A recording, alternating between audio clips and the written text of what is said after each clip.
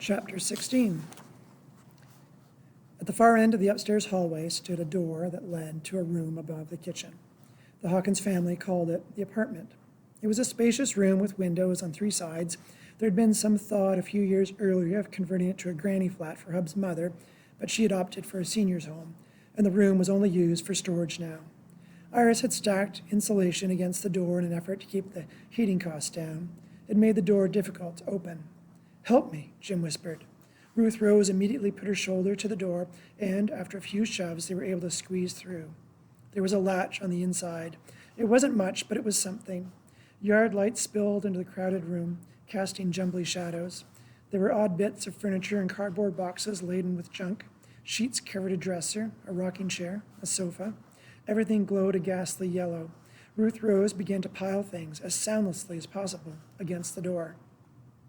Father's voice drifted up from the first floor.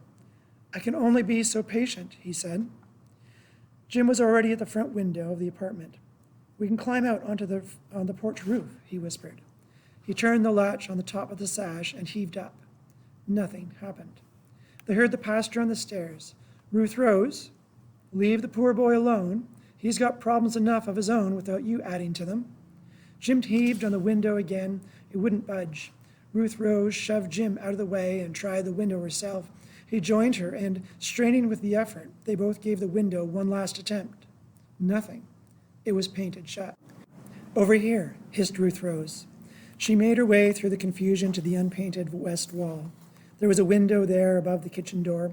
It opened easily. A blast of cold air made the sheets come to life. Dust swirled up from the floor like snow. Jim ran to her side. "There's no roof out there." Ruth Rose leaned out. 12 feet below was the woodpile. "It's so sad," came the intruder's voice, raised to find them out, wherever they were. "Everyone knows Ruth Rose is mentally unstable, but what a surprise it'll be when they learn that Jim Hawkins is mad too. Of course, there have been signs, haven't there, Jim? The suicide attempts? How worried your mother was. And now this? I suppose it runs in the family." Jim froze. Ruth Rose stared wide open at him. "Welcome to the club," she whispered. By now she was halfway out the window. She was barefoot. "No," said Jim, grabbing her arm. "You'll break your ankle." "I'll hang from the ledge you just dropped," she said, shinning farther along over the edge. He held on to her. "It'll make this huge noise, and he'll be on us like a shot." Ruth Rose's eyes lit up. She scanned the room. Suddenly, she was pushing Jim out of the way and rushing, silent as a ghost, to a ladder lying on the corner, an aluminum stepladder no taller than she was. They heard footsteps outside the apartment door. "Just give me the letter," said a voice from the other side. "You hear me, Ruth Rose?" "The ladder's not long enough," Jim whispered, directly into Ruth Rose's ear. Again, she pushed him out of the way. He stumbled over a chair, which scraped on the floor. The apartment door opened as much as the latch would allow, letting in hall light. "The letter," said Father. "Give it to me, and I'll go." Ruth Rose met the question in Jim's eyes with a wide-eyed look of excitement, and then, to his utter disbelief, she spoke out, loud enough for Father to hear. "Jump!" she shouted. She dropped the ladder out the window. It clattered onto the stoop below. Father Fisher stopped pushing on the door. Meanwhile, Ruth Rose picked up a heavy box of old kitchen things. She hurled it out the window directly onto the woodpile, spilling the box's contents, which crashed and smashed and chimed. Jim was horrified, but almost immediately he heard Fisher retreat and run back down the hall.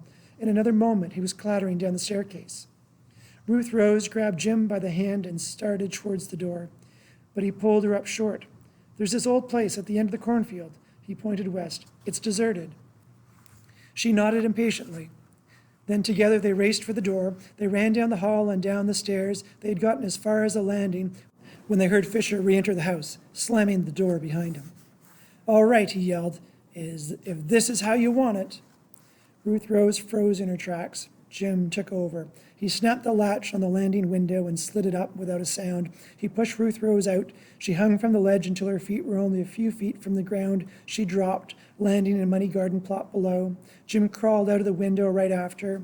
He could hear the pastor crossing the parlor floor. Then he seemed to stumble. Snoot yowled. "Out of my way," Fisher bellowed. "Nice work," thought Jim grimly. Then he hung by his right elbow from the outer ledge and, reaching up with his left hand, managed to pull the window closed behind him. Father Fisher was already on the staircase when Jim fell silently out of sight.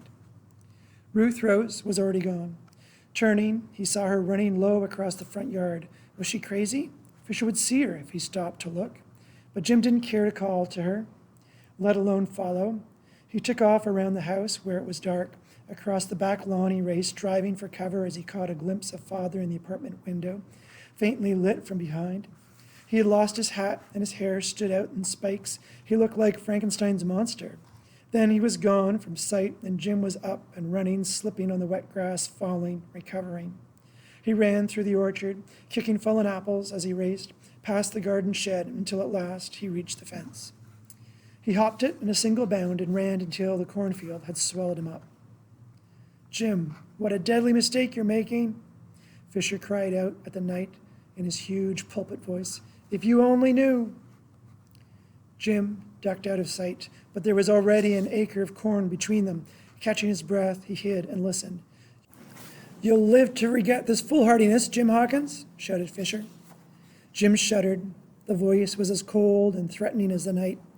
There was a moon, but not so you could see its shape. Its light reached Jim through the seams of cloud cover. He got to his feet, but stood perfectly still. He was listening for a sound that wasn't just the wind fingering its way through the dry corn.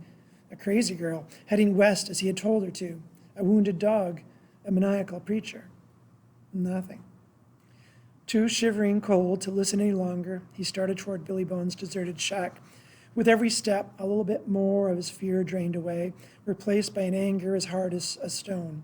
He gave himself up to visions of violent confrontations with Father Fisher, pushing him down the stairs, cracking him over the head with a 2x4, making him hurt the way he hurt. Seething with rage, he started to run, cursing under his breath and then out loud. He ran down a shimmering corridor of rustling corn higher than his head. He only hoped Ruth Rose was somewhere out here, heading in the same direction.